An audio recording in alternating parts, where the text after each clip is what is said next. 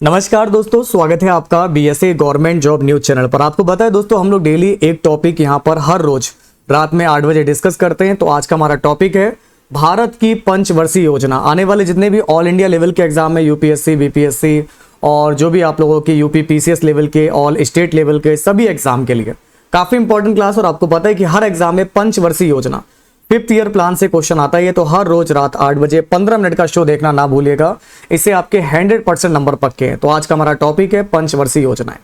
Okay, तो चलिए शुरू करते हैं। अगर आप चैनल पर नए हो तो सब्सक्राइब कर लीजिएगा ताकि ऐसे ही रोज वीडियो मिलते रहे, और रेगुलर वीडियो को पाने के लिए बेल आइकन पे प्रेस करना ना भूलिएगा। तो चलिए शुरू करते हैं। तो आज का सबसे पहले हम लोग यहाँ पर इसमें बता दें, आपके साथ कुछ महत्वपूर्ण प्रश्नों को डिस्कस करेंगे। फिर इसकी जो एक क्या बोलते हैं यूपीएससी के हिसाब से इसमें पूरी डिटेल भी पढ़ेंगे, और फिर उसके बाद उससे रिलेटेड जितने भी क्वेश्चंस बन सकते हैं वो भी डिस्कस करेंगे। चलिए, पंचवर्षीय योजना। तो पहला सवाल आपके सामने आपको दिया गया है, भारत की पंचवर्षीय योजना को अंतिम स्वीकृति कौन देता है? भारत की पंचवर्षीय योजना को अंतिम स्वीकृति देता है राष्ट्रीय विकास परिषद। इसको लिख लेंगे आप लोग, पंचवर्षीय योजना को अंतिम स्वीकृति देता है राष्ट्रीय विकास परिषद। क्या आपको पता है योजना आयोग के द्वारा अब तक कितनी पंचवर्षीय योजनाएं बनाई जा चुकी हैं? योजना आयोग के द्वारा अब तक कितनी पंचवर्षीय योजनाएं बनाई जा चुकी हैं? टोटल 12 पंचवर्षीय योजनाएं बन चुकी हैं। अगला सवाल देखिए, भारत में योजना आयोग का गठन किस वर्ष किया गया था? भारत में योजना आयोग का जो गठन है यह आपका 1950 में किया गया था। तो जिनका भी आंसर आ रहा है 1950, बिल्कुल राइट है। भारत की पहली पंचवर्षीय योजना कब शुरू हुई? तो भारत की पहली पंचवर्षीय योजना जो है आपकी, इसकी शुरुआत हुई है 1951 से। अगर मैं आपसे पूछूं कि प्रथम पंचवर्षीय योजना कब से कब तक चली थी, तो बताइए। प्रथम पंचवर्षीय योजना जो है ये चली थी 1 अप्रैल 1951 से 31 मार्च 1956 तक। अगला सवाल देखिए, प्रथम पंचवर्षीय योजना किस मॉडल पर आधारित थी? प्रथम पंचवर्षीय योजना किस मॉडल पर आधारित थी? तो अगर आपने चूज किया है option A Harold Domar model, बिल्कुल राइट है। सही जवाब होगा Harold Domar model. Next question क्या दिया गया है, इसको बताइए। भारत की पहली पंचवर्षीय योजना का मुख्य लक्ष्य क्या था? भारत की पहली पंचवर्षीय योजना का मुख्य लक्ष्य क्या था? इसका लक्ष्य था कृषि का विकास। अगर आपने चूज किया है ऑप्शन डी कृषि का विकास, बिल्कुल राइट है। नेक्स्ट क्वेश्चन आपके सामने है, प्रथम पंचवर्षीय योजना में सबसे अधिक बल किस पर दिया गया?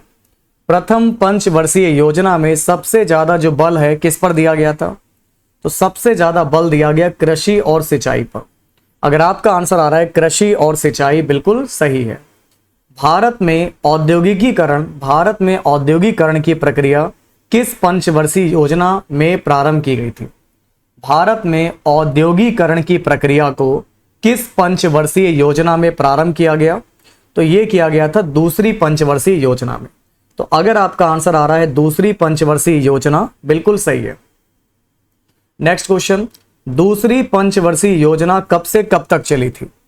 दूसरी पंचवर्षीय योजना दोस्तों जो है आपकी कब से कब तक चली थी? तो अगर हम इसकी बात करेंगे तो हमारा सही जवाब हो जाएगा 1 अप्रैल 1956 से 31 मार्च 1961 तक। जिसका भी आंसर आ रहा है सी, बिल्कुल राइट है।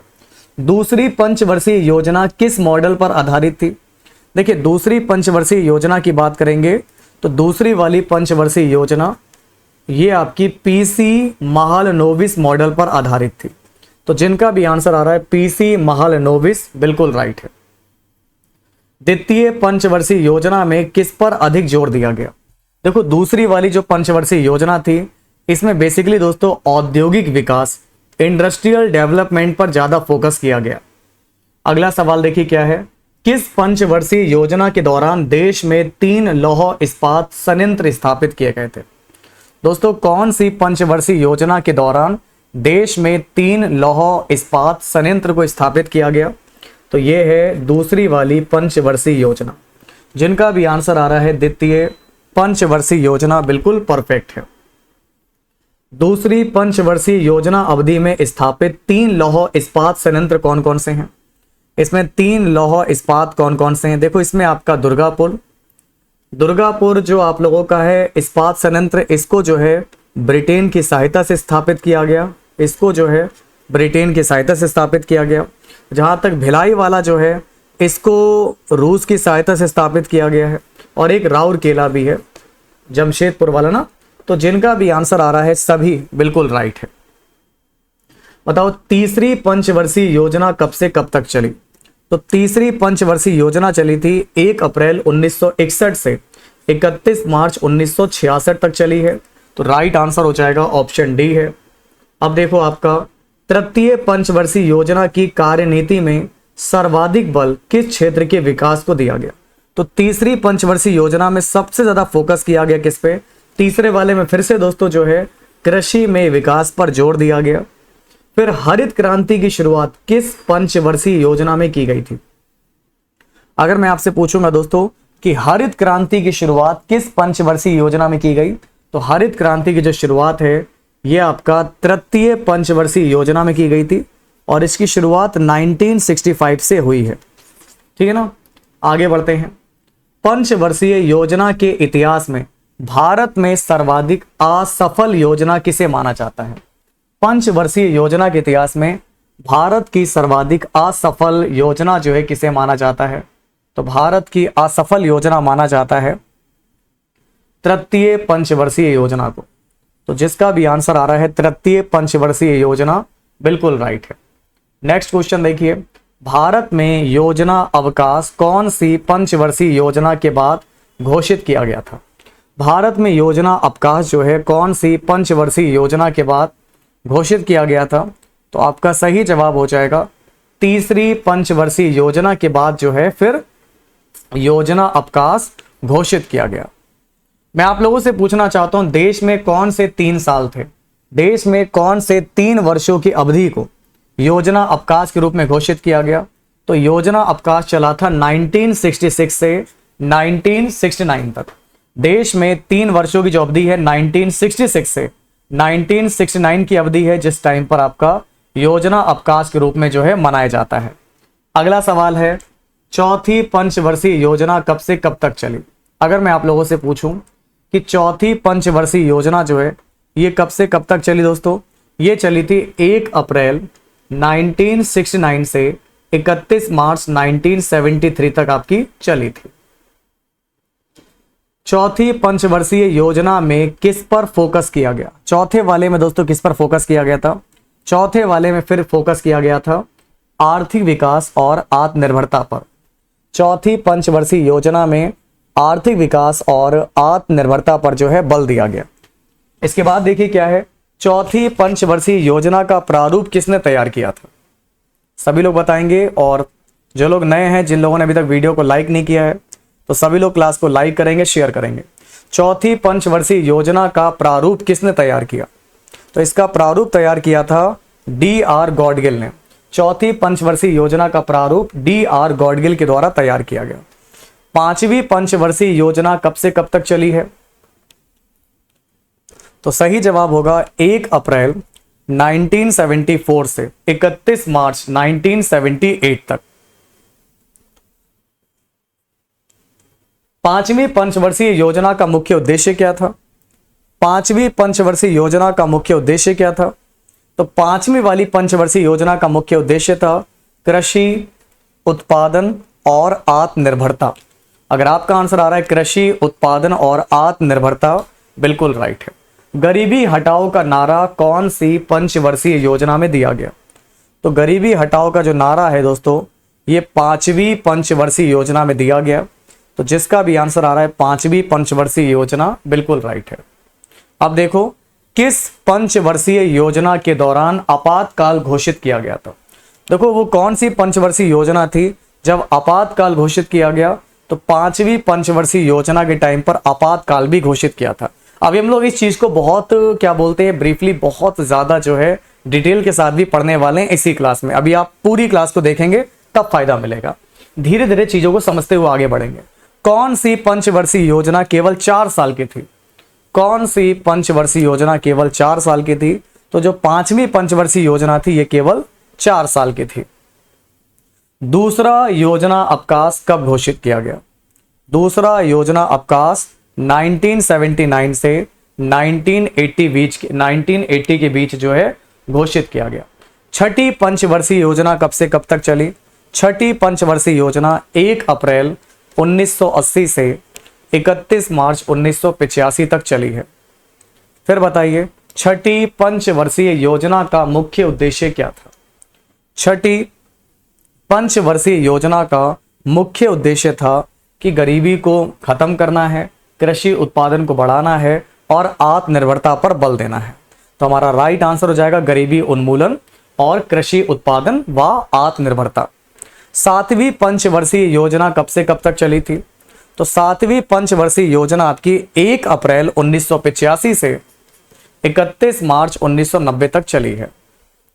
और सातवीं पंचवर्षीय योजना में किस पर फोकस किया गया? तो सातवीं पंचवर्षीय योजना में फोकस किया गया था रोजगार पर, शिक्षा पर और स्वास्थ्य पर। रोजगार, शिक्षा और स्वास्थ्य। जवाहर रोजगार योजना कब शुरू की गई? Very important question. जवाहर रोजगार योजना कब शुरू की गई? इसकी बात करेंगे। इसको सातवीं पंचवर्षीय योजना में शुरू किया गया था। जवाहर रोजगार योजना सातवीं पंचवर्षीय योजना में शुरू की गई। तीसरा योजना अवकाश कब घोषित किया गया? तीसरा योजना अवकाश 1 अप्रैल 1990 से 31 मार्च 1992 तक आप लोगों का घोषित किया गया था, तीसरा वाला। इसके बाद आप देख सकते हो आठवीं पंचवर्षीय योजना कब से कब तक चली? आठवीं पंचवर्षीय योजना जो है दोस्तों, ये आपकी चली है 1 अप्रैल 1992 से 31 मार्च 1997 तक। फिर आठवीं पंचवर्षीय योजना का मुख्य उद्देश्य क्या था? आठवीं पंचवर्षीय योजना का मुख्य उद्देश्य था कि लोगों के बीच निरक्षरता उन्मूलन तथा प्राथमिक शिक्षा का सार्वभौमिकरण। लोगों के बीच में निरक्षरता उन्मूलन तथा प्राथमिक शिक्षा का सार्वभौमिकरण। प्रधानमंत्री रोजगार योजना की शुरुआत किस पंचवर्षीय योजना में की गई? प्रधानमंत्री रोजगार योजना की शुरुआत किस पंचवर्षीय योजना में हुई थी? तो आपका सही जवाब होगा आठवीं पंचवर्षीय योजना। तो जिस बच्चे का आंसर आ रहा है आठवीं पंचवर्षीय योजना, बिल्कुल परफेक्ट है। नौवीं पंचवर्षीय योजना जो है कब से कब तक चली थी? बताइए, क्या आप जानते हैं? नौवीं पंचवर्षीय योजना 1 अप्रैल 1997 से 31 मार्च 2002 तक चली थी। और अगर मैं पूछूं कि 10वीं पंचवर्षीय योजना कब से कब तक चली, तो ये 2002 के बाद से चली होगी, यानी कि 1 अप्रैल 2002 से 31 मार्च 2007 तक चली है। फिर 10वीं पंचवर्षीय योजना जो है, इसमें सबसे ज्यादा बल किस पर दिया गया था? 10वीं जो है आप लोगों की पंचवर्षीय योजना, 10वीं पंचवर्षीय योजना में सबसे ज्यादा बल दिया गया था गरीबी और बेरोजगारी को समाप्त करना। तो जिनका भी आंसर आ रहा है गरीबी और बेरोजगारी को समाप्त करना, बिल्कुल राइट है। 11वीं पंचवर्षीय योजना कब से कब तक चली? 11वीं पंचवर्षीय योजना जो है 1 अप्रैल 2007 से 31 मार्च 2012 तक चली है। और 12वीं वाली कब से चली दोस्तों? 12वीं पंचवर्षीय योजना जो है 1 अप्रैल 2012 से 31 मार्च 2017 तक चली है। 1 अप्रैल 2012 से 31 मार्च 2017 तक चली है। फिर मैं पूछूंगा 2014 में भारतीय जनता पार्टी ने योजना आयोग को खत्म करके किस आयोग की स्थापना की? फिर भारतीय जनता पार्टी आई और 2014 में इसने योजना आयोग को खत्म कर दिया। योजना आयोग ये वही वाला है जिसकी स्थापना 1950 में की गई थी, 2014 में इसको खत्म किया गया। फिर 2015 में लेकर आए ये लोग इसकी जगह पर नीति आयोग। तो योजना आयोग की जगह पर ये दोस्तों लेकर आए दोस्तों वही नेशनल ट्रांसफॉर्मिंग वाला जो है ये, तो इसकी जगह पर नीति आयोग लेकर आए। इसकी स्थापना 2015 में की गई थी। और नीति आयोग का जो अध्यक्ष होता है ये कौन होता है दोस्तों आपका? तो नीति आयोग का जो अध्यक्ष होता है ये आपका प्रधानमंत्री होता है। तो ये आप लोगों का पंचवर्षीय योजना का क्या था दोस्तों, ये इसका बेसिक था जो मैंने अभी आपको बताया। थोड़ा सा और बताते हैं यहाँ पर एग्जाम में, जैसे कि इस तरीके से क्वेश्चन पूछे जाते हैं कि भारत में 12वीं पंचवर्षीय योजना की अवधि, तो 12वीं पंचवर्षीय योजना की अवधि थी 12 से 17 के बीच में। तो आप देख सकते हो 12वीं पंचवर्षीय योजना ये भारत की अंतिम पंचवर्षीय योजना थी और ये 12 से 17 तक चली थी। चलो अब तुम बताओ यहाँ पर भारत की 12वीं पंचवर्षीय योजना का विषय क्या था? अगर मैं आपसे पूछूं कि 12वीं पंचवर्षीय योजना का विषय क्या था, तो आपका सही जवाब हो जाएगा तेज, अधिक समावेशी और सतत विकास। तेज, अधिक समावेशी और सतत विकास। तो आप देख सकते हो 12वीं पंचवर्षीय योजना का मुख्य विषय है तेज, अधिक समावेशी और सतत विकास। अब बताओ 12वीं पंचवर्षीय योजना का लक्ष्य विकास कितना था? 12वीं पंचवर्षीय योजना का विकास लक्ष्य क्या था? यह था 8% तक। तो इसका विकास लक्ष्य था 8%। आपको बता दें शुरू में भारत सरकार ने 8.2% की विकास दर हासिल करने का फैसला लिया, लेकिन राष्ट्रीय विकास परिषद एनडीसी ने 27 दिसंबर 2012 को 12वीं योजना के लिए 8% की वृद्धि दर की मंजूरी दी थी। फिर मैं आपसे पूछना चाहूंगा दोस्तों, यहां पर देखिए निम्नलिखित में से कौन 12वीं पंचवर्षीय योजना का उद्देश्य नहीं है? देखो 12वीं पंचवर्षीय योजना का कौन सा उद्देश्य नहीं है? गैर कृषि क्षेत्र में 50 मिलियन रोजगार के अवसर पैदा करना, 0 से 3 वर्ष के आयु के बच्चों में कुपोषण को कम करना, हर साल 1 मिलियन हेक्टेयर तक हरित आवरण करना, 2015 में राजकोषीय घाटे को 0% मिलाना। मेरे हिसाब से राजकोषीय घाटे का मतलब नहीं है, तो अगर आपका आंसर डी आ रहा बिल्कुल राइट है। बाकी 12वीं पंचवर्षीय योजना के सारे मुख्य ये जो है उद्देश्य हैं, जैसे कि जो गैर कृषि क्षेत्र हैं या कम से कम तो 50 मिलियन रोजगार अवसर पैदा करने हैं, और जो 0 से 3 साल की आयु के बच्चे हैं इन बच्चों में कुपोषण को कम करना है, और 1 मिलियन हर साल करीब 1 मिलियन हेक्टेयर तक हरित आवरण को बढ़ाना है। तो ये इनका मुख्य लक्ष्य था। आगे अगला सवाल देखिए आपका क्या है। नेक्स्ट क्वेश्चन आपसे कह रहा है कि निम्नलिखित में से कौन सा कथन पंचवर्षीय योजना के बारे में सही नहीं है? चलिए बताइए, निम्नलिखित में से कौन सा कथन जो है पंचवर्षीय योजना के बारे में आप लोगों का सही नहीं है? क्या आप इस सवाल का जवाब दे पाएंगे? ए, बी, सी या फिर डी? तो मेरे भाई सरकार ने 12वीं पंचवर्षीय योजना के दौरान गरीबी को 10% तक कम करने का लक्ष्य रखा है। फिर डॉक्टर मनमोहन सिंह 12वीं पंचवर्षीय योजना के कार्यकाल के दौरान भारत के प्रधानमंत्री थे। भारत की पहली पंचवर्षीय योजना 1952 में शुरू की गई। सरकार ने 12 वित्तीय वर्ष की योजना के दौरान सभी गांवों को बिजली उपलब्ध कराने का लक्ष्य रखा था। तो अगर हम इस क्वेश्चन की बात करेंगे तो आप लोग यहां पर देख सकते हो कि भारत की पहली पंचवर्षीय योजना 1951 में शुरू की गई थी और 1956 में समाप्त की गई, और भारत की पहली पंचवर्षीय योजना कृषि क्षेत्र पर आधारित थी। तो इन्होंने यहां पर क्या याद रखा है भैया, पहली वाली को ये 1952 में शुरू कराना, जो कि गलत है, बाकी सही है। 12वीं वाले का जो था गरीबी को 10% तक कम करना था, और इस टाइम मनमोहन सिंह भारत के प्रधानमंत्री थे जब ये चल रही थी। और 12वीं वित्तीय जो वर्ष की जो योजना है इसमें सभी गांवों को बिजली उपलब्ध कराने का लक्ष्य रखा गया था। चलिए, योजना आयोग के अंतिम उपाध्यक्ष कौन थे? अगर मैं आपसे पूछूं दोस्तों, योजना आयोग के अंतिम उपाध्यक्ष कौन थे? मोंटेक सिंह अहलुवालिया। ठीक है ना, इसको कॉपी पे लिख लेंगे दोस्तों। देखो, मोंटेक सिंह अहलुवालिया योजना आयोग के अंतिम उपाध्यक्ष थे, और इन्होंने 26 मई 2014 को इस्तीफा दे दिया, और अब नियोजन आयोग के स्थान पर या फिर योजना आयोग के स्थान पर नीति आयोग को ले लिया गया। बताइए दोस्तों, 12वीं पंचवर्षीय योजना का कुल बजट क्या था?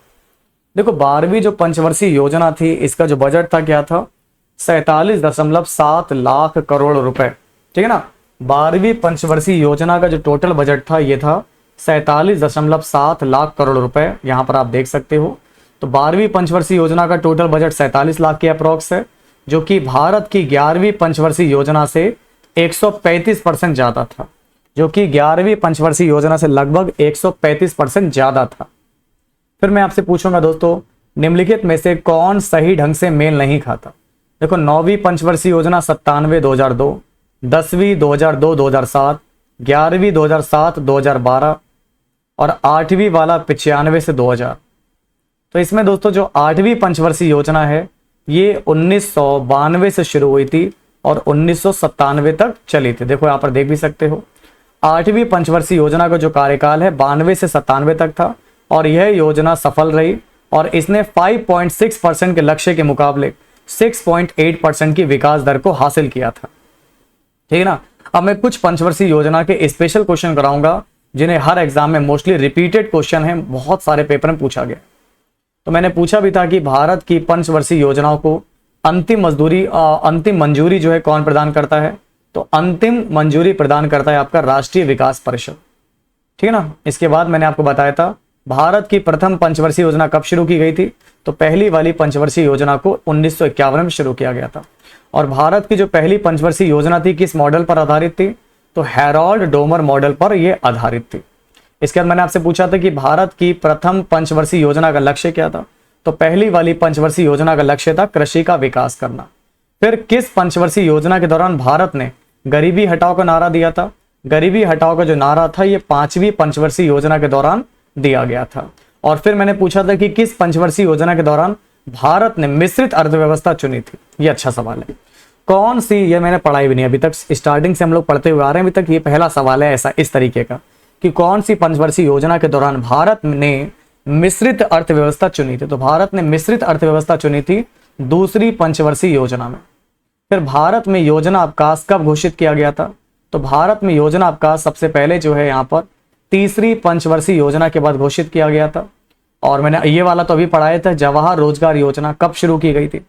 देखो जवाहर रोजगार योजना की बात करेंगे तो इसको दोस्तों कब शुरू किया गया, तो यहाँ पर अगर हम बात करेंगे तो ये था सातवीं पंचवर्षीय योजना के दौरान।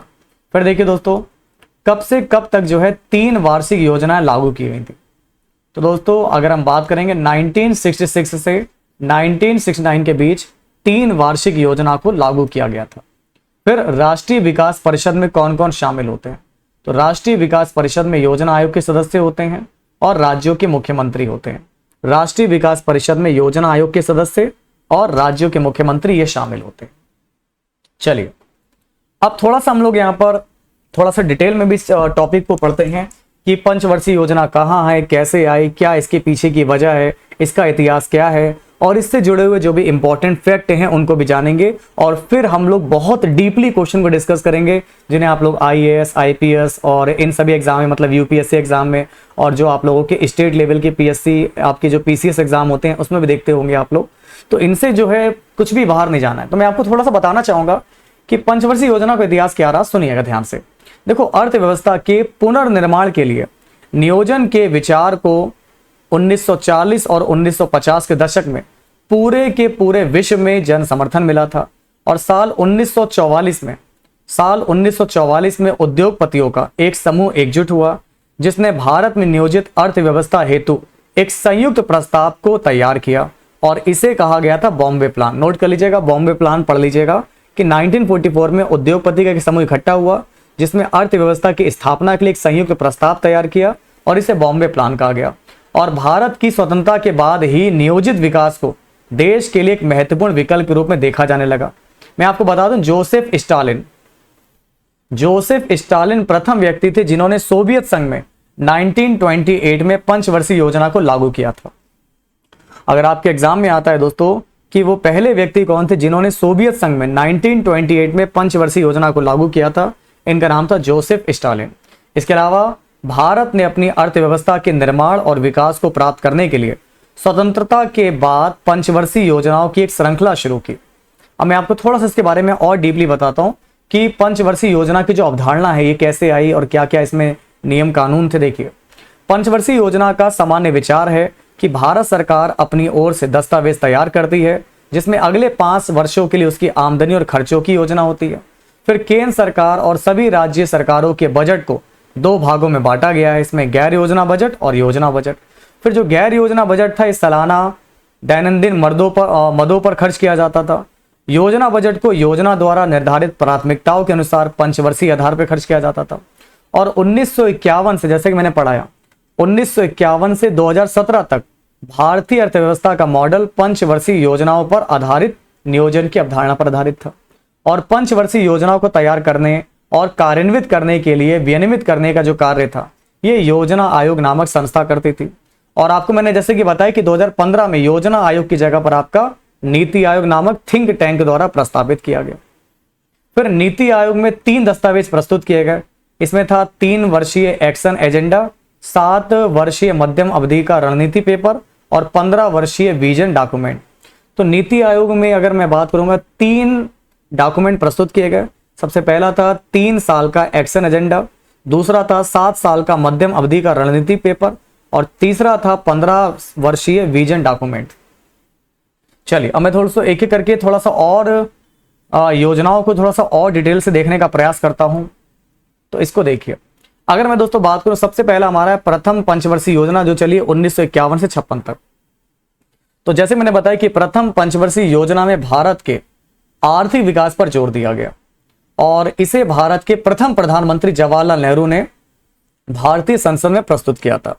और एक युवा अर्थशास्त्री थे के राज एन, नोट कर लीजिएगा, उस टाइम पर एक युवा अर्थशास्त्री थे के राज एन। इन्होंने तर्क दिया था कि भारत को पहले 2 दशकों के दौरान करना चाहिए धीरे धीरे विकास करना चाहिए।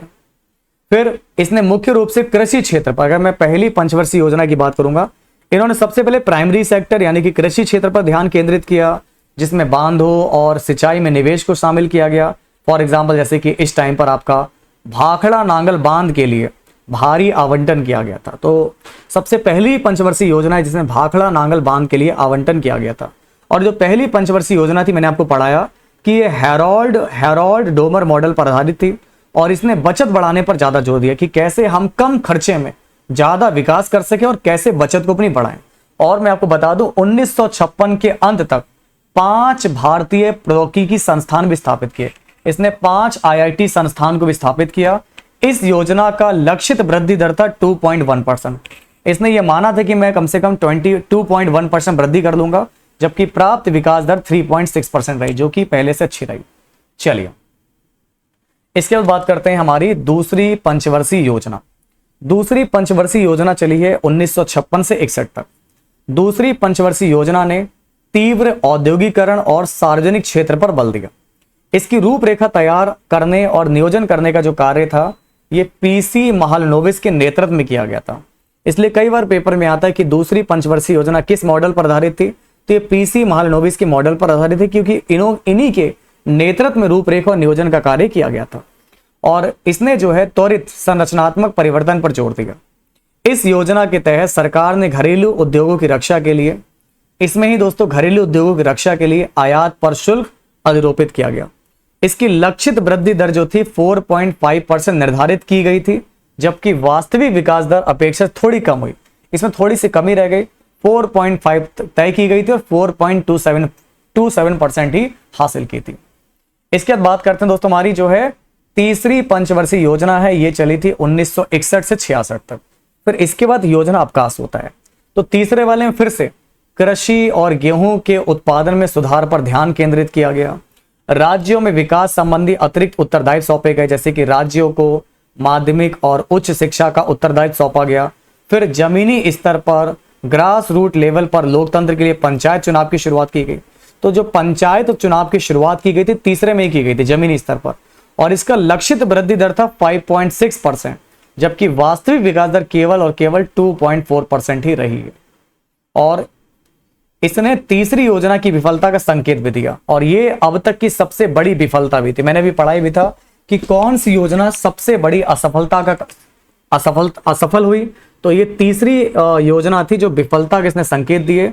और सरकार को योजना अवकाश, देखो सरकार का जो योजना अवकाश रहा इसमें 1966 से 67, 67 से 68 और 68 से 69, तो 3 साल का योजना अवकाश रहा। इसकी घोषणा करनी पड़ी क्योंकि फिर आप लोगों के इधर जो है चीन पाक का युद्ध हो गया था। चीन पाक का युद्ध योजना, भारत युद्ध, भारत अवकाश के प्राथमिक चरणों में शामिल थे, जिसके कारण तीसरी पंचवर्षीय योजना विफल हुई। क्योंकि देखो युद्ध है, फिर युद्ध के लिए चीजें चाहिए दोस्तों, तो खर्चा इसमें लग गया, तो फिर ये विफल हो गई। चलिए इसके बाद बात करते हैं हमारी चौथी पंचवर्षीय योजना की। चौथी पंचवर्षीय योजना की दोस्तों अगर हम बात करेंगे, ये चली है 1969 से 1964 तक। इसे प्रधानमंत्री इंदिरा गांधी के कार्यकाल के दौरान पेश किया गया था और इसके माध्यम से पिछली विफलताओं में सुधार करने का प्रयास किया गया। ये जो थी चौथी वाली गॉडगिल फॉर्मूले के आधार पर स्थिरता के साथ विकास और आत्मनिर्भरता की दिशा में प्रगति पर इसमें बल दिया गया। सरकार ने इसमें इसी वाले में चौथी पंचवर्षीय योजना में जो 14 प्रमुख भारतीय बैंक थी, इन 14 बैंकों का राष्ट्रीयकरण किया और हरित क्रांति को बढ़ावा मिला। हरित क्रांति ने कृषि को बढ़ावा दिया। जो चौथी वाली है इसमें हरित क्रांति ने कृषि को बढ़ावा दिया। इसके अलावा गॉडगिल फॉर्मूले पर आधारित है और इसमें जो है सूखा संभावित क्षेत्र कार्यक्रम, ड्रॉट प्रोन एरिया प्रोग्राम भी इसमें शुरू किया गया। खैर इस योजना की लक्षित वृद्धि दर 5.6% थी, जबकि वास्तविक विकास हुआ था 3.6% हुआ था।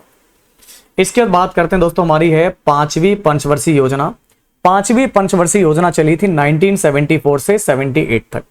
इसकी बात करेंगे, इसने रोजगार बढ़ाने और गरीबी उन्मूलन और देखो गरीबी हटाओ पर जोर दिया गया। तो इसी में था ये पांचवी वाली, इसमें गरीबी हटाओ पर जोर दिया गया, गरीबी उन्मूलन पर जोर दिया गया, रोजगार बढ़ाने के लिए बात करी गई। और 1975 में विद्युत आपूर्ति अधिनियम में संशोधन किया गया, जिसमें केंद्र सरकार बिजली उत्पादन और पारेषण के क्षेत्र में प्रवेश कर सके। फिर इस योजना के पहले वर्ष में शुरू किया गया था न्यूनतम आवश्यकता कार्यक्रम, मिनिमम नीड्स प्रोग्राम, MNP, जिसका उद्देश्य बुनियादी न्यूनतम आवश्यकता प्रदान करना था। और MNP को श्रीधर P ने तैयार किया था। MNP को श्रीधर P के द्वारा तैयार किया गया था। खैर ये थोड़ी सफल रही। इसका लक्षित विकास दर थी 4.4% और वास्तविक विकास हुआ था 4.8%। और साल 1978 में नवनिर्वाचित जो थी मोरारजी देसाई सरकार ने इस योजना को फिर खारिज कर दिया 1978 में। देखो ये जो पंचवर्षीय योजना थी, पांचवी वाली, मैंने अभी आपको पढ़ाया था ना कि ये एकमात्र ऐसी पंचवर्षीय योजना थी जो केवल 4 साल चली थी। है ये पांचवी पंचवर्षीय योजना, लेकिन 4 साल चली, क्योंकि 1978 में इसे मोरारजी देसाई जो कि नवनिर्वाचित सरकार थी, इस योजना को खारिज कर देते हैं। चलिए खैर, उसके बाद बीच में दोस्तों आप लोगों का फिर से योजना अवकाश आया। क्यों आया, क्या रहा इसका रीजन? इस टाइम पर रोलिंग प्लान चला। रोलिंग प्लान ये जो आपका है, रोलिंग प्लान 1978 से 80 के बीच में, यह अस्थिरता का दौर था। जनता पार्टी सरकार ने पांचवी पंचवर्षीय योजना को खारिज कर दिया था और एक नई छठी पंचवर्षीय योजना प्रस्तुत की पेशकश की।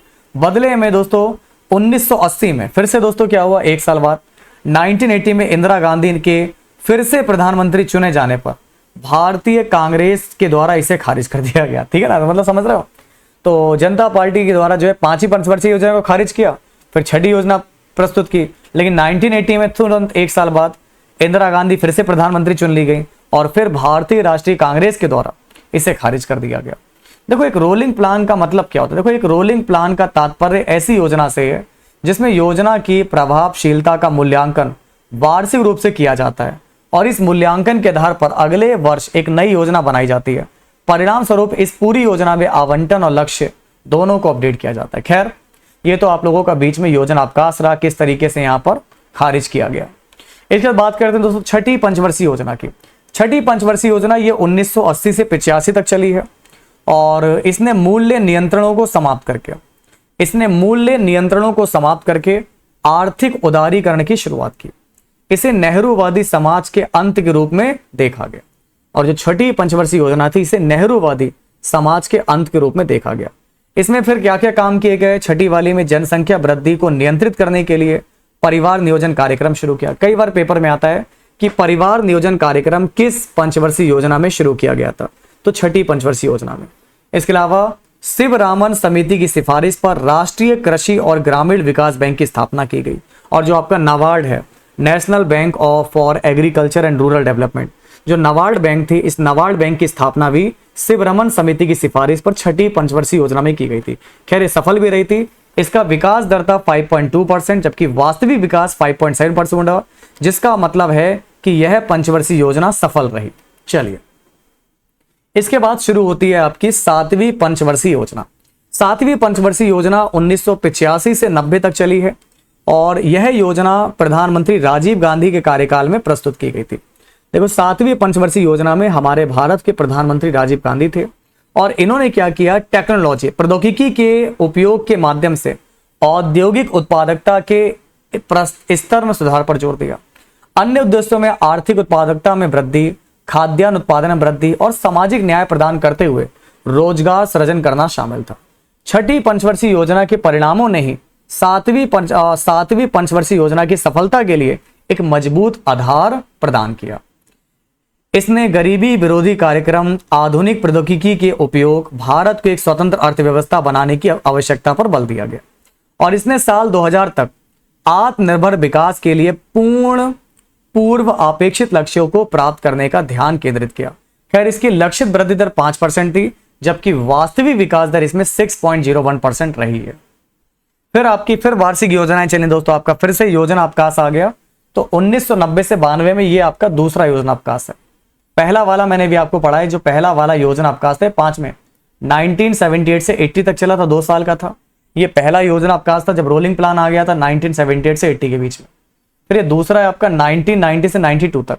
तो 8वीं पंचवर्षीय योजना 1990 में शुरू नहीं की गई। 8वीं पंचवर्षीय योजना 1990 में शुरू नहीं की गई थी और बाद में 1990 से 91 और 91 से 92 को वार्षिक योजना के रूप में माना गया। इसका कारण काफी हद तक आर्थिक अस्थिरता थी। भारत को इस दौरान विदेशी मुद्रा भंडार के संकट का सामना करना पड़ा। प्रॉब्लम ये आ गई थी कि भारत को इस दौरान विदेशी मुद्रा भंडार का संकट का सामना करना पड़ा। इस टाइम प्रधानमंत्री थे पीवी नरसिम्हा राव। इनके नेतृत्व में अर्थव्यवस्था की समस्या से निपटने के लिए भारत में उदारीकरण, निजीकरण और वैश्वीकरण, इसको बोलते हैं लिबरलाइजेशन, प्राइवेटाइजेशन और ग्लोबलाइजेशन, इसकी शुरुआत की गई। तो दोस्तों जो दूसरी वार्षिक जो योजना थी या दूसरा योजना अवकाश था 1990 से 92 वाला, इस टाइम पर प्रधानमंत्री थे पीवी नरसिम्हा राव और इनके नेतृत्व में एलपीजी वाला नहीं, लिक्विड पेट्रोलियम, एलपीजी का मतलब है उदारीकरण, निजीकरण और वैश्वीकरण, लिबरलाइजेशन, प्राइवेटाइजेशन और ग्लोबलाइजेशन, इसकी शुरुआत की गई। खैर कुछ हद तक तो काम हुआ इसमें। फिर उसके बाद शुरू की जाती है अगले साल 8वीं पंचवर्षीय योजना। ये चली थी 92 से 97 तक। इसमें जो है 8वीं योजना में उद्योगों के आधुनिकीकरण को बढ़ावा दिया गया और इस टाइम पर आपका 1 जनवरी 1995 को भारत जो है विश्व व्यापार संगठन यानी कि वर्ल्ड ट्रेड ऑर्गेनाइजेशन WTO का सदस्य बना था। मैं आपको बता दूं 8वीं पंचवर्षीय योजना तो जो थी आपकी, इसमें उद्योगों के आधुनिकीकरण को बढ़ावा दिया गया और उद्योगों से ये वर्ल्ड ट्रेड ऑर्गेनाइजेशन भारत जो था WTO का सदस्य बना 1 जनवरी 1995 को। इसके लक्ष्य थे जनसंख्या वृद्धि को नियंत्रित करना। इसका भी लक्ष्य था कि जनसंख्या की वृद्धि को नियंत्रित करना, गरीबी को कम करना, रोजगार सृजन, बुनियादी ढांचे का विकास को मजबूत करना, पर्यटन का प्रबंधन करना, मानव संसाधन विकास पे बल देना। तो ये सारे इसके मुख्य काम थे और इसने विकेंद्रीकरण के माध्यम से पंचायतों और नगर पालिकाओं को शामिल करने पर भी जोर दिया। इसने विकेंद्रीकरण के माध्यम से पंचायतों और नगर पालिकाओं को शामिल करने पर जोर दिया। कई बार पेपर में आता है कि पंचायतों और नगर पालिकाओं को शामिल करने पर जोर किसमें दिया गया था? 8वीं पंचवर्षीय योजना में। और मैं आपको बता दूं इसकी लक्षित वृद्धि जो दर थी 5.6% थी, लेकिन वास्तविक विकास दर अविश्वसनीय रूप से 6.8% पहुंच गई, जो वाकई में अविश्वसनीय है, अनबिलीवेबल। इसके बाद बात करते हैं दोस्तों हमारा 9वीं पंचवर्षीय योजना। 9वीं पंचवर्षीय योजना आते आते दोस्तों 1997 हो जाता है और 1997 से 2002 तक चलती है। इसने स्वतंत्रता के बाद भारत के 50 वर्षों को चिन्हित किया था और अटल बिहारी वाजपेयी ने प्रधानमंत्री पद का नेतृत्व किया था। तो जब 9वीं पंचवर्षीय योजना चल रही थी तो हमारे भारत के प्रधानमंत्री अटल बिहारी वाजपेयी थे और इन्होंने इसका नेतृत्व किया। इसने जो है गरीबी के पूर्ण उन्मूलन के लक्ष्य को प्राप्त करने के लिए सामाजिक क्षेत्रों हेतु समर्थन की पेशकश की और आर्थिक विकास सुनिश्चित करने के मामले में सार्वजनिक और निजी क्षेत्रों ने संयुक्त रूप से प्रयास किया। फिर तीव्र विकास और लोगों के जीवन की गुणवत्ता के बीच संबंधों को संतुलित करने पर भी ध्यान केंद्रित किया गया। ओके ना। इसके अलावा अन्य उद्देश्यों में सामाजिक रूप से वंचित वर्गों को सशक्त बनाना, आत्मनिर्भरता विकसित करना और देश के सभी बच्चों के लिए प्राथमिक शिक्षा उपलब्ध कराना भी इसमें शामिल था। इस योजना में रणनीतियों में आत्मनिर्भरता हासिल करने के लिए निर्यात की उच्च दर में वृद्धि करना, तीव्र विकास के लिए दुर्लभ संसाधनों का कुशल उपयोग आदि शामिल था। खैर इसकी लक्षित विकास दर थी 7.1% अनुमानित की गई थी, लेकिन वास्तविक विकास दर थी 6.8%। इसके बाद शुरू होती है 10वीं पंचवर्षीय योजना 2002 से 2007 तक। इस योजना में विशेषताओं में समावेशी और समान विकास को बढ़ावा देना शामिल था। इसने प्रतिवर्ष 8% जीडीपी विकास दर का लक्ष्य रखा। इसने हर साल 8% जीडीपी विकास दर का लक्ष्य रखा। इसका उद्देश्य गरीबी को 50% तक कम करना था और 80 मिलियन लोगों के लिए रोजगार का सृजन करना था।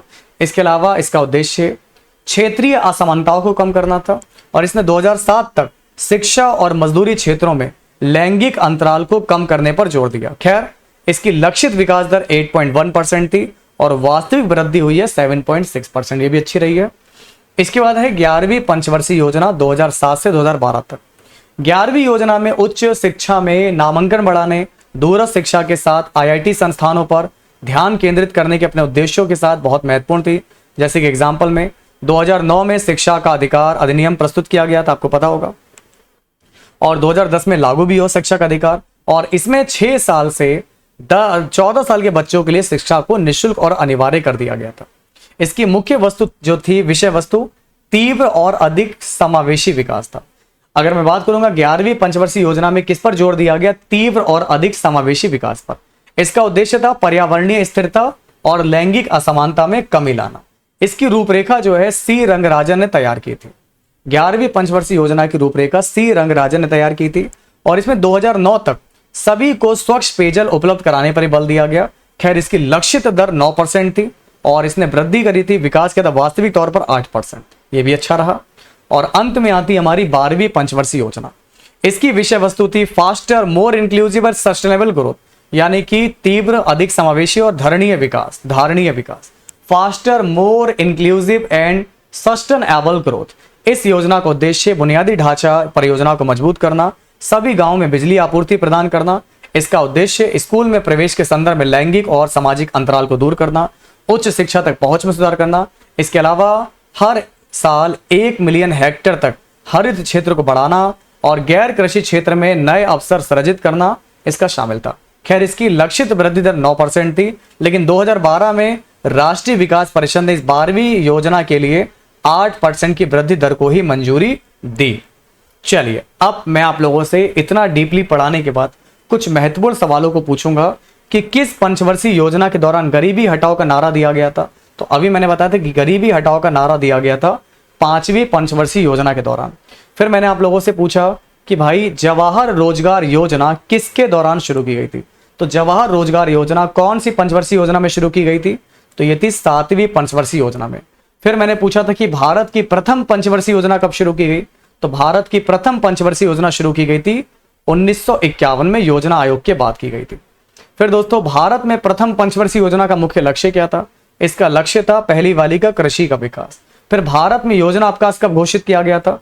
तीसरी पंचवर्षीय योजना के बाद 2 या 3 साल का था आपका योजना अवकाश घोषित किया गया था। तो कब से कब तक जो है 3 वार्षिक योजना लागू की गई थी? तो इसमें 1966 से 69 तक, 1966 से 1969 तक 3 वार्षिक योजना लागू की गई थी। फिर आपका भारत में भारत की पंचवर्षीय योजनाओं को अंतिम मंजूरी कौन प्रदान करता है? अंतिम मंजूरी प्रदान करता है राष्ट्रीय विकास परिषद, NDC। राष्ट्रीय विकास परिषद में कौन कौन शामिल होते हैं मैंने अभी पढ़ाया। इसमें आप लोगों का योजना आयोग के सदस्य और राज्यों के मुख्यमंत्री शामिल होते हैं। भारत की प्रथम पंचवर्षीय योजना किस मॉडल पर आधारित थी? हैरोड डोमर मॉडल पर आधारित थी। किस पंचवर्षीय योजना के दौरान भारत ने मिश्रित अर्थव्यवस्था, अभी मैंने पढ़ाया कि किस पंचवर्षीय योजना के दौरान भारत में मिश्रित अर्थव्यवस्था चुनी गई थी। तो आपका सही जवाब होगा दूसरी पंचवर्षीय योजना में भारत में मिश्रित अर्थव्यवस्था चुनी गई। ठीक है ना। चलिए, अब थोड़े से और डीपली क्वेश्चन देखते हैं जो बहुत हाईली लेवल पर पूछे जाते हैं। और ये वो क्वेश्चन है दोस्तों जो अब तक एग्जाम बोर्ड के द्वारा बताए गए, जो अब तक सबसे ज्यादा क्वेश्चन जो है इस टॉपिक से स्किप किए गए। अब मैं आप लोगों को मोस्ट स्किपेबल, मतलब ये वो क्वेश्चन है दोस्तों यहाँ पर जिन्हें सबसे ज्यादा अब तक जो है स्किप किया जा चुका है यहाँ पर परीक्षा अभ्यर्थियों के द्वारा। तो एक सवाल है जैसे कि 11वीं पंचवर्षीय योजना में किस पर जोर दिया गया था, बताइए।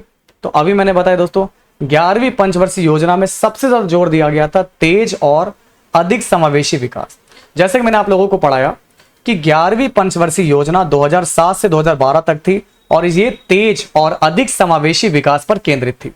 11वीं योजना जो थी आपकी 2007 से 2012 तक, प्रधानमंत्री थे मनमोहन सिंह जी थे और इसने 2011 और 12 में 18 से 23 वर्ग के आयु वर्ग को उच्च शिक्षा में नामांकन करने का लक्ष्य रखा।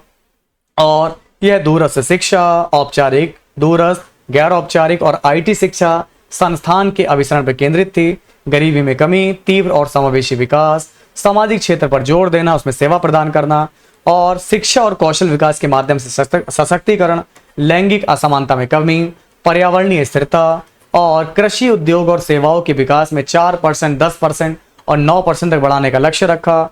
इसका था कुल प्रजनन दर को 2.1% कम करना और 2009 तक जो है सभी पेयजल उपलब्ध कराना और कृषि विकास को 4% तक स्थिर रखना। चलिए, दूसरा सवाल मेरा आपसे ये कह रहा है कि समाजवादी पद्धति की स्थापना के लिए दूसरी पंचवर्षीय योजनाओं को सामान्यतः क्या कहा जाता है। तो दूसरी पंचवर्षीय योजना को महालनोबिस योजना, क्योंकि ये इन्हीं के नेतृत्व में कार्यान्वित की गई थी, नेतृत्व में महालनोबिस योजना। तो अगर आपका आंसर महालनोबिस योजना आ रहा है, बिल्कुल राइट है। मैं कुछ बीएसए के इंपॉर्टेंट पॉइंट बता देता हूं। देखो, दूसरी पंचवर्षीय योजना उद्योगों पर, विशेष रूप से भारी उद्योग पर, इंडस्ट्री पर केंद्रित थी और ये महालनोबिस मॉडल पर बेस्ड है। और इसमें राष्ट्रीय आय में 25% वृद्धि का लक्ष्य के तेजी से औद्योगिकरण के माध्यम पर निर्धारित किया गया। इसमें कुछ प्रावधान जैसे कि उन्नत कोयला उत्पादन और अधिक रेलवे लाइन शुरू की गई। 1957 में परमाणु ऊर्जा उद्योग का गठन किया गया और डॉक्टर होमी जहांगीर भाभा पहले अध्यक्ष के रूप में कार्यरत हुए। आपको पता होगा कि 1957 में परमाणु ऊर्जा आयोग का गठन किया गया और इसके अध्यक्ष बनाए गए थे डॉक्टर होमी जहांगीर भाभा। फिर Tata institute of fundamental research के प्रमुख शोध संस्थानों में एक शामिल हुआ। इसके बाद हमारा अगला सवाल, तीसरा सवाल हमसे ये कहता है कि पर्यावरण संरक्षण से संबंधित मामलों के त्वरित निस्तारण के लिए गठित राष्ट्रीय हरित अधिकरण का गठन किसके अंतर्गत किया गया था? तो मैंने भी आपको पढ़ाया कौन सी पंचवर्षीय योजना में राष्ट्रीय हरित अधिकरण का गठन किया गया। तो हमारा सही जवाब हो जाएगा 11वीं पंचवर्षीय योजना में। 11वीं पंचवर्षीय योजना आपको पता होगा 7 से 12 चली, मनमोहन सिंह के काल में चली है। और इसमें कुछ मैं आपको बता दूं, राष्ट्रीय हरित अधिकरण आया था, ये बहुत इंपॉर्टेंट चीज है। इसकी स्थापना कब की गई थी?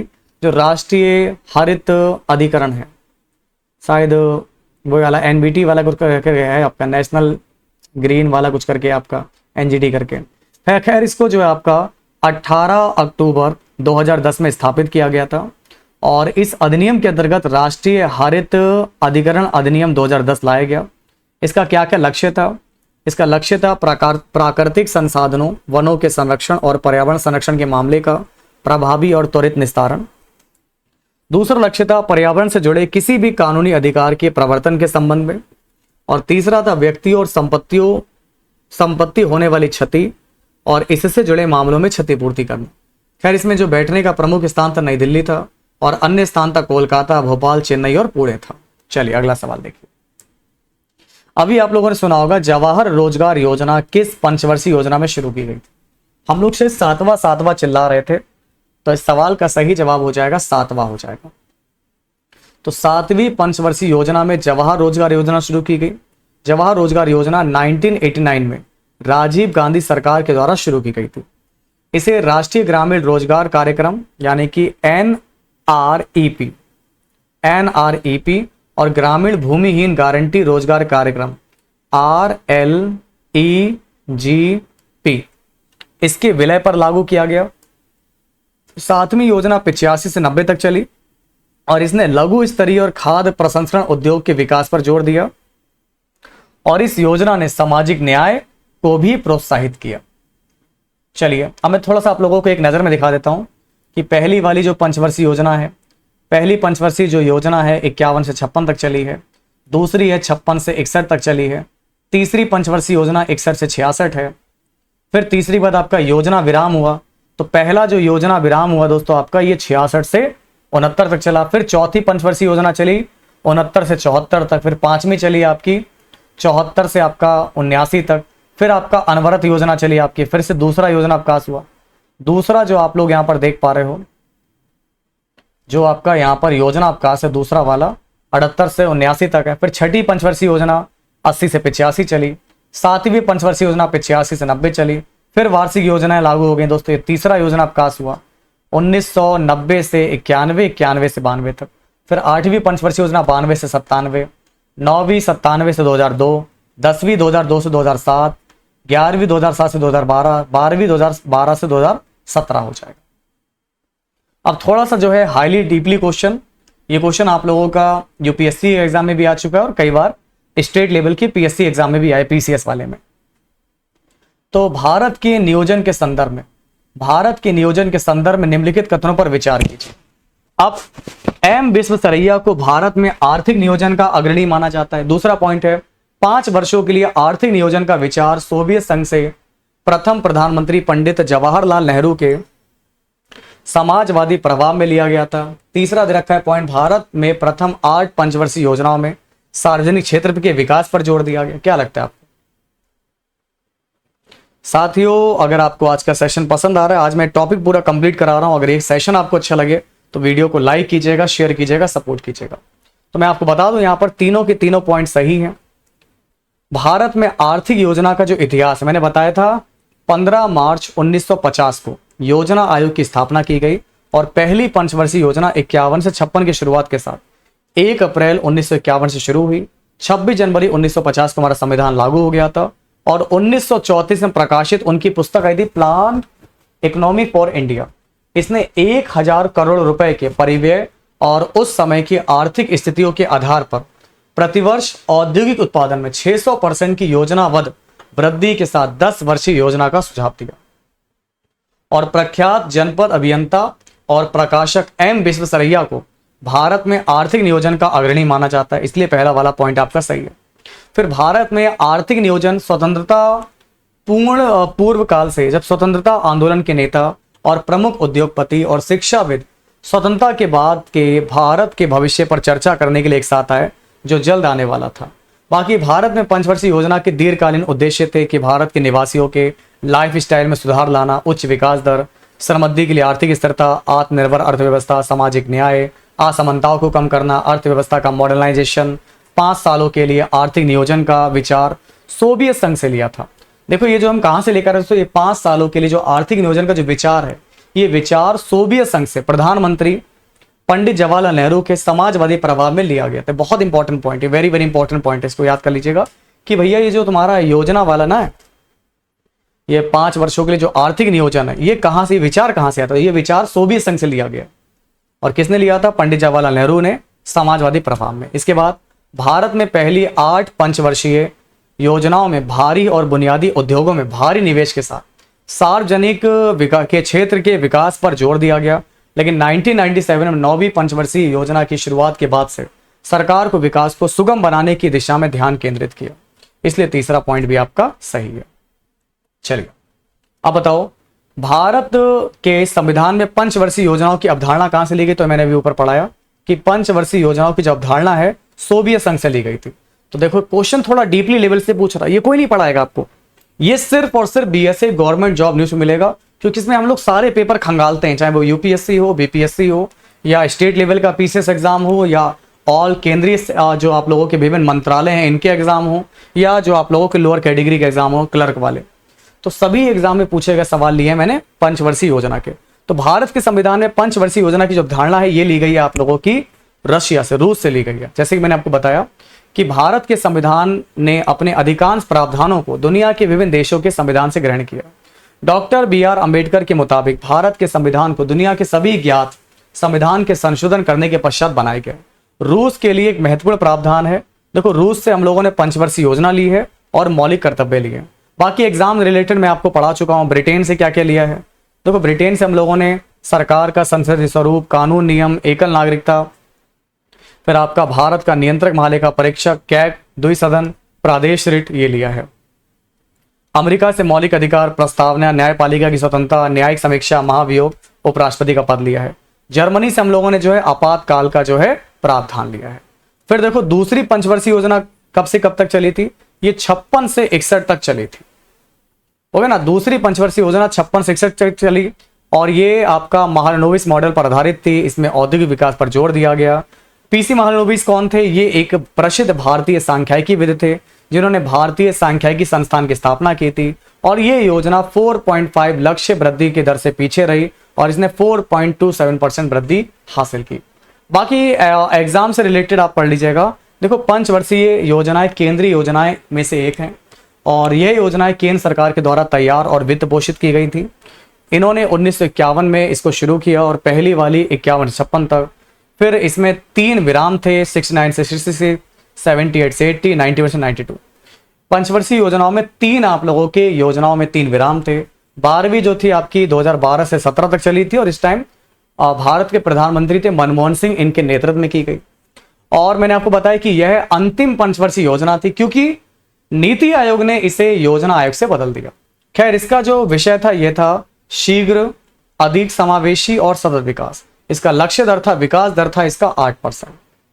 अब बताइए दोस्तों, भारत को आत्मनिर्भर और स्व उत्पादक अर्थव्यवस्था के रूप में स्थापित करने का प्राथमिक लक्ष्य किस पंचवर्षीय योजना का था? तो ये था तीसरी पंचवर्षीय योजना का था। देखो आज ये टॉपिक आपको इस क्लास में याद भी हो गया होगा। तो तीसरी पंचवर्षीय योजना ये चलिए 61 से 66 तक पंडित जवाहरलाल नेहरू के नेतृत्व में। और तीसरी पंचवर्षीय योजना में के समय योजना आयोग के जो उपाध्यक्ष थे ये डी.आर. गॉडगिल थे और इस योजना को गॉडगिल योजना के नाम से जाना जाता है। स्वतंत्र अर्थव्यवस्था यानी कि एक आत्मनिर्भर और स्व उत्पादक अर्थव्यवस्था की स्थापना, कृषि और गेहूं के उत्पादन में सुधार करना इसका प्रमुख उद्देश्य था। तीसरी पंचवर्षीय योजना में सूखे और 2 युद्धों जिसमें 1962 में जो है भारत और चाइना का युद्ध हुआ और 65 में भारत और पाकिस्तान का युद्ध हुआ। तो इसके कारण जो तीसरी पंचवर्षीय योजना थी असफल हुई, बहुत प्रभावित हुई थी। बाकी पहली वाली मैंने आपको बता दी 51-56 पंडित जवाहरलाल नेहरू, हैरोल्ड डॉमर, लक्षित 2.1% योजना सफल रही। इसने हासिल किया 3.6%। कृषि विकास इसका प्रमुख उद्देश्य था और इस टाइम पर हमारे देश में 5 IIT संस्थान स्थापित किए गए। दूसरी वाली पीसी महालनोबिस पर 56 से 61 तक महालनोबिस योजना के नाम से जानी जाती है।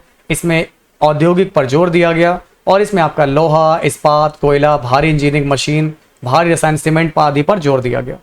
फिर चौथी वाली देख लो, ये इंदिरा गांधी के टाइम में शुरू की गई थी 69 से 74 के बीच में। इसके 2 उद्देश्य थे, विकास और आत्मनिर्भरता। इसमें 14 बैंकों का, भारतीय बैंकों का नेशनलाइज हुआ। हरित क्रांति की शुरुआत भी इसी टाइम की गई थी और 1971 में भारत और पाकिस्तान का युद्ध हुआ, बांग्लादेश मुक्ति संग्राम हुआ। बाकी अन्य क्षेत्रों में आप लोग देख सकते हो कृषि विकास के दर पर। ओके, चलिए बाकी पहले योजना में 2 वर्षों में रिकॉर्ड उत्पादन देखा गया। पिछले 3 साल खराब मानसून के कारण जो है सही नहीं गए और परिवार नियोजन कार्यक्रम भी इसका एक प्रमुख लक्ष्य था। चलो अगला आप देखो, ये सारे मैंने मॉडल ले लिए जिससे आपको एक बार में याद हो जाए। तो देखो पहली पंचवर्षीय योजना जो है हैरोल्ड डोमर मॉडल पर आधारित थी। दूसरी वाली पीसी महालनोबिस मॉडल पर। तीसरी वाली थी, इसको गॉडगिल योजना कहा जाता था। और चौथी का जो विषय था यह था स्थिरता और आत्मनिर्भरता की प्रगति के साथ विकास के 2 मुख्य उद्देश्य थे। फिर 5वीं वाले में गरीबी हटाओ, रोजगार, न्याय, कृषि, उत्पादन, रक्षा, इस पर जोर दिया गया। 6ठी पंचवर्षीय योजना में उदारीकरण, आर्थिक उदारीकरण पर ध्यान केंद्रित किया गया। 7वीं वाले में एक आत्मनिर्भर अर्थव्यवस्था की स्थापना का उद्देश्य। 8वीं में मानव संसाधन के विकास पर मुख्य केंद्रित किया गया। 9वीं में सामाजिक न्याय और समानता के साथ विकास। और 10वीं में अगले 10 साल तक भारत के प्रति व्यक्ति आय को दोगुना करना। 11वीं वाले में तीव्र और अधिक समावेशी विकास। और 12वीं जो मैंने पढ़ाया था अभी, तीव्र, अधिक समावेशी और सतत विकास। ये आप लोगों की सारी जो है पंचवर्षीय योजनाएं हैं, कब से कब तक चली और इनका ये उद्देश्य है। ये आप एक नज़र में सारी देख सकते हो और अगर आप चाहो तो इसका स्क्रीनशॉट लेना चाहो तो स्क्रीनशॉट ले लीजिए। इसका आप लोग एक एक करके आप लोग स्क्रीनशॉट ले लीजिए, ठीक है। चलिए इसके बाद योजना आयोग की स्थापना कब की गई थी, मैंने पढ़ाया भी आपको। योजना आयोग की स्थापना 1950 में की गई थी। योजना आयोग की स्थापना 1950 में की गई थी। योजना आयोग के बारे में थोड़ा सा मैं आपको बता दूं, योजना आयोग एक संस्था थी जिसने भारत में पंचवर्षीय योजना तैयार की। 1950 में इसकी स्थापना की गई। केसी नियोगी की अध्यक्षता में एक सलाह योजना बोर्ड की सिफारिश के आधार पर इसकी स्थापना की गई थी। इसका मुख्यालय योजना भवन नई दिल्ली में था। योजना आयोग केवल एक सलाहकारी निकाय है, ये केवल एक सलाहकारी निकाय था। योजना बनाने की जो अवधारणाएं कहां से आई थी, मैंने भी तुम्हें इसका पूरा हिस्ट्री पढ़ाई थी ना, हिस्ट्री। तो इसकी अवधारणा जोसेफ स्टालिन द्वारा शुरू किए गए रूसी मॉडल पर आधारित थी। प्रधानमंत्री योजना आयोग का अध्यक्ष था और जवाहरलाल नेहरू योजना आयोग के पहले अध्यक्ष थे। और योजना आयोग के उपाध्यक्ष को केंद्रीय मंत्रिमंडल के द्वारा नियुक्त किया गया। और Gulzari Lal Nanda, this is the very most important point, Gulzari Lal Nanda योजना आयोग के पहले उपाध्यक्ष थे। बाकी फिर आपको पता होगा नरेंद्र मोदी ने 2014 में योजना आयोग को भंग कर दिया और योजना आयोग को 2015 में नवगठित करके नीति आयोग के द्वारा प्रतिस्थापित किया। अब बताइए दोस्तों, निम्नलिखित में से कौन सा युग्म जो है सही सुमेलित है? सही वाला देखिए, तीसरी वाला तीव्र औद्योगिकरण विकास, चौथा वाला परिवार नियोजन से, पहला वाला महालनोबिस, पहला वाला तो नहीं दूसरा वाला है, और दूसरे वाले में कृषि पर, दूसरे वाले में उद्योग पर केंद्रित थी। तो केवल और केवल ये सही है कि चौथी पंचवर्षीय योजना परिवार नियोजन कार्यक्रम से संबंधित है। तो मैंने जैसे कि अभी आपको बताया, चौथी वाले में सूखा, अवमूल्यन, स्फीतिकारी, मंदी, इन सब के बीच इंदिरा गांधी सरकार के द्वारा शुरुआत की गई थी। जनसंख्या विस्फोट, बढ़ती बेरोजगारी, निर्धनता, जर्जर अर्थव्यवस्था। इसके अलावा 1971 में भारत पाकिस्तान युद्ध, बांग्लादेश मुक्ति युद्ध के रूप में पूर्वी पाकिस्तान जो अब स्वतंत्र बांग्लादेश की स्थिति गंभीर होती जा रही थी, और औद्योगिक विकास के लिए उद्दिष्ट धन का प्रयोग युद्ध के प्रयासों के लिए किया जाना था। तो परिणाम यह हुआ कि तीसरी पंचवर्षीय योजना बेहतर नहीं रहे, मतलब ये असफल हो गए। इसने जनसंख्या नियंत्रण के लिए परिवार नियोजन कार्यक्रम पर भी बल दिया। अब देखो दोस्तों, ये आपके पंचवर्षीय योजना और ये इनका लक्ष्य, जैसे कि तीसरी वाली कृषि पर केंद्रित थी, पहली वाली हेरोल्ड डोमर पर, और दूसरी वाली जो थी ये थी आपकी महालनोबिस पर। ठीक है ना। फिर बताओ, भारत ने किस पंचवर्षीय योजना के दौरान मिश्रित अर्थव्यवस्था को अपनाया? मिश्रित अर्थव्यवस्था को अपनाया था दूसरी वाली पंचवर्षीय योजना में। दूसरी पंचवर्षीय योजना में जैसे मैंने आपको बताया कि दूसरी जो पंचवर्षीय योजना थी, इसमें कृषि को कम प्राथमिकता दी गई, इंडस्ट्री को ज्यादा दिया गया, भारी उद्योगों पर बल दिया गया, भारी उद्योगों पर बल दिया गया, इस बात को याद रखना। और भारत सरकार ने दोस्तों जो है इसमें मिश्रित अर्थव्यवस्था को भी अपनाया। बाकी इसमें औद्योगिक नीति 1965 के आर्थिक नीति लक्ष्य के रूप में भी इसको अपनाया गया। आगे बढ़ते हैं, इंपॉर्टेंट पॉइंट देख लीजिए यहां पर कि द्वितीय वर्ष की पंचवर्षीय योजना जो कि महालनोबिस मॉडल के आधार पर काम करती है, इनका पूरा नाम था प्रशांत चंद्र महालनोबिस। इन्होंने 1953 में इसको प्रतिपादित किया था। और इसके मुताबिक जैसे मैंने आपको पढ़ाया था कि दूसरी पंचवर्षीय योजना में 3 दुर्गापुर, भिलाई सहित 5 इस्पात संयंत्र स्थापित किए गए। इस टाइम पर 5 शायद इस्पात संयंत्र स्थापित किए गए। और इस टाइम पर परमाणु ऊर्जा आयोग अस्तित्व में आया था, और मैंने अभी आपको पढ़ाया था कि होमी जहांगीर भाभा इसके अध्यक्ष बनाए गए। इस आयोग की स्थापना 1957 में की गई थी। इसके अलावा इस टाइम पर Tata institute of fundamental research, Tata institute of fundamental research, इसका भी जन्म हुआ। बाकी एग्जाम के पॉइंट ऑफ व्यू से आप देख लीजिए, प्रथम वाली 51-56 जवाहरलाल नेहरू, कुछ संशोधन थे, हेरोल्ड डोमर मॉडल, इसमें फोकस कृषि था और 3.6 लक्ष्य था, 2.1% ही हासिल किया। इस टाइम पर 5 IIT संस्थान स्थापित किए गए। बाकी तीसरी वाली 61 से 66 है, गॉडगिल योजना इसको बोलते हैं, और इसका भी था अर्थव्यवस्था को स्वतंत्र बनाना, लेकिन इसमें कृषि पर जोर दिया गया तीसरी वाली में, लेकिन ये असफल हो गई। क्यों असफल हो गई? क्योंकि 1962 में भारत चाइना का युद्ध और 1965 में भारत और पाकिस्तान का युद्ध हुआ। इसने हमारी अर्थव्यवस्था को कमजोर कर दिया, क्योंकि रक्षा उद्योग, भारतीय सेना और कीमत के स्थिरीकरण पर ध्यान केंद्रित किया गया। तो इसमें भारत में मुद्रास्फीति देखी गई, और युद्ध और सूखे के कारण ये योजना अयशस्वी हो गई। इसका लक्ष्य था 5.6%, लेकिन ये केवल 2.4% ही प्राप्त कर पाई।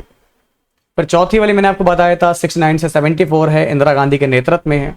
इसके 2 काम थे, और इसी में ही जो है परिवार नियोजन कार्यक्रम को किया गया था शुरू। 1971 में इसमें भारत और पाकिस्तान का युद्ध भी होता है, बांग्लादेश मुक्ति युद्ध भी होता है।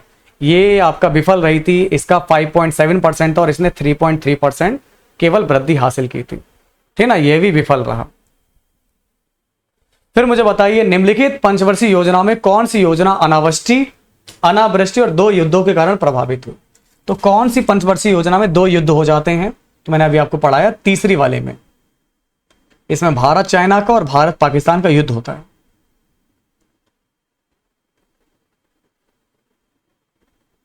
बताओ, भारत में किस पंचवर्षीय योजना के अंतर्गत नीली क्रांति का आरंभ हुआ? That was the very most important question.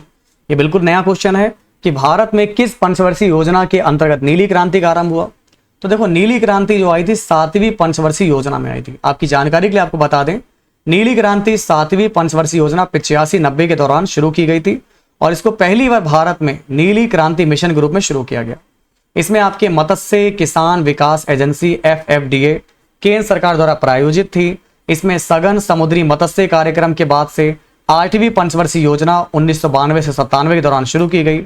इसमें मछली पकड़ने के बंदरगाहों को बाद में विशाखापट्टनम, कोच्चि, तूतीकोरिन, पोरबंदर और पोर्ट ब्लेयर के समय के साथ स्थापित किया गया। इस योजना को कृषि और किसान कल्याण मंत्रालय के द्वारा पशुपालन, डेयरी और मत्स्य पालन विभाग के साथ में विलय करके नीली क्रांति में पुनः व्यवस्थित किया गया। इस योजना में राष्ट्रीय मत्स्य विकास बोर्ड NFDB के द्वारा नियंत्रित किया गया।